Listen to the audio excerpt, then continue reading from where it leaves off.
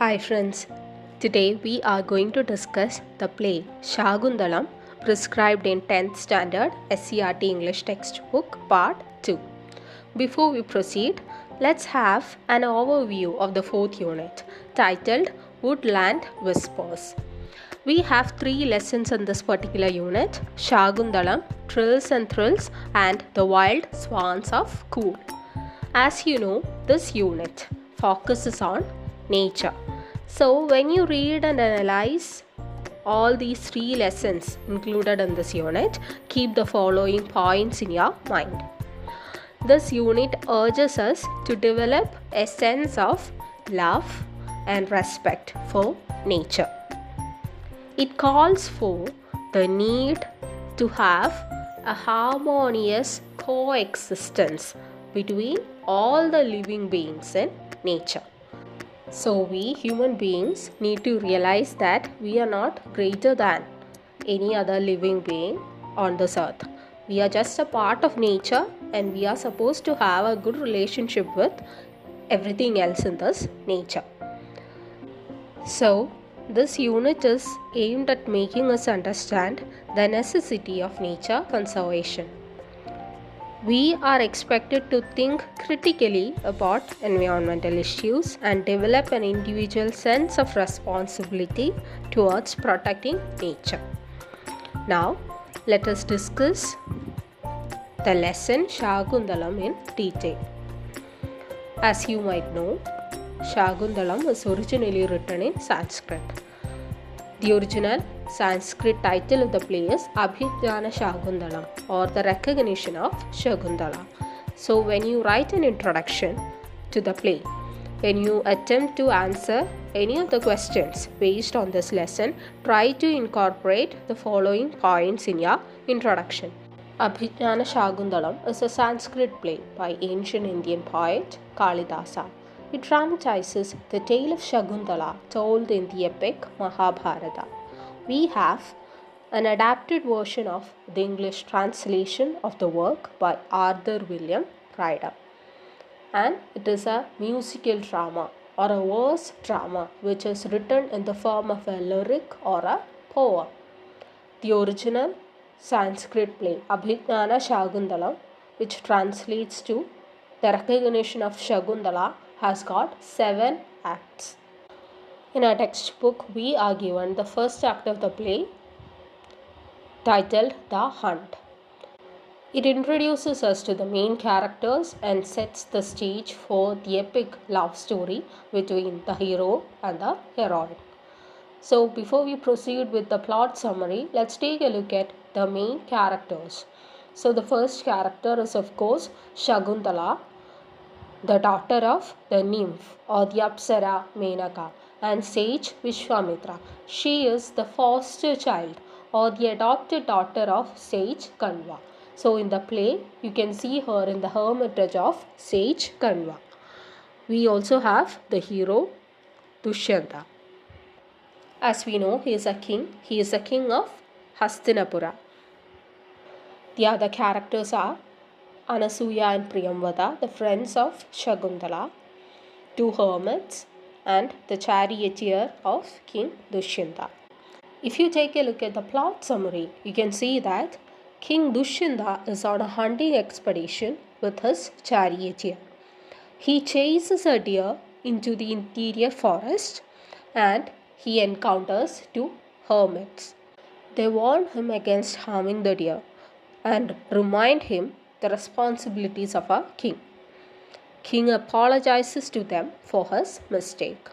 So he is invited to sage Kanva's hermitage. There, Dushyanta sees Shakuntala, Anasuya and Priyamvada. They are watering plants and they are engaged in a conversation that explores their intimate relationship with nature.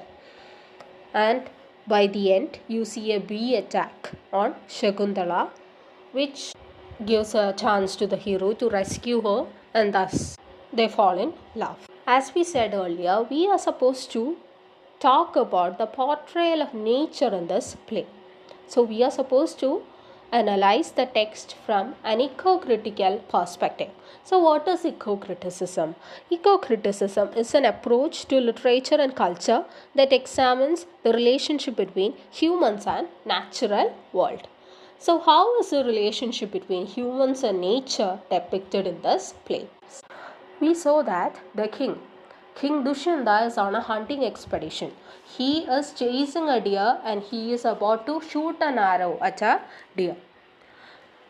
And two hermits stop him from hurting the animal. The king, someone in a powerful position, someone who is considered as the supreme authority of the land, is made aware that it is his responsibility to protect this innocent creature. He is reminded that the weapons were given to him to protect the innocent and not to attack them. So this can be interpreted as a call for action to the authorities for devising policies for protecting nature rather than exploiting nature for their selfish interest. It is also noteworthy that the king accepts the criticism from the part of hermits and he is ready to correct his mistakes. So as we move further, we can see the conversation between Shakuntala, Anasuya and Priyamvada, which exhibits a sisterly affection for nature.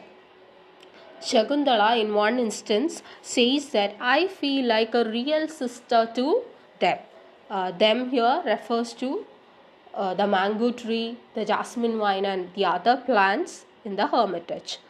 In another instance, Priyamvada says that we shall not be working for a reward, which shows their unconditional love for nature.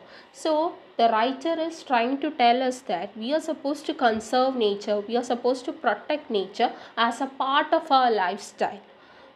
We should not be motivated by our selfish interest when we try to protect nature. And we can also see that the characters literally feel that the nature is communicating with them. Shakuntala says that the branches of a mango tree, they look like fingers, and she feels that the mango tree is calling her. It is asking her to come beside and stand beside it. And Priyamvada, she compares Shakuntala to a jasmine vine, and she thinks that Shakuntala and jasmine vine, they are sisters. So the characters, they keep humanizing, they keep personifying, they keep attributing human-like characteristics to nature. And nature sets the stage for Dushyanta and Shakuntala's meeting and their love story. So all this shows a harmonious coexistence that the inmates of the hermitage shared with nature. It is a depiction of how well our ancestors blended with nature, how well they were able to assimilate themselves to the nature. They consider nature to be their home. So they had a deep sense of affection and reverence for nature. So they literally worshipped nature.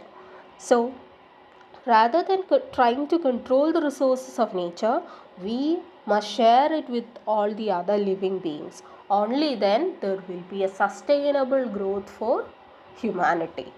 So Shakuntalam can be interpreted as a wonderful tale that portrays the harmonious coexistence between humans and nature.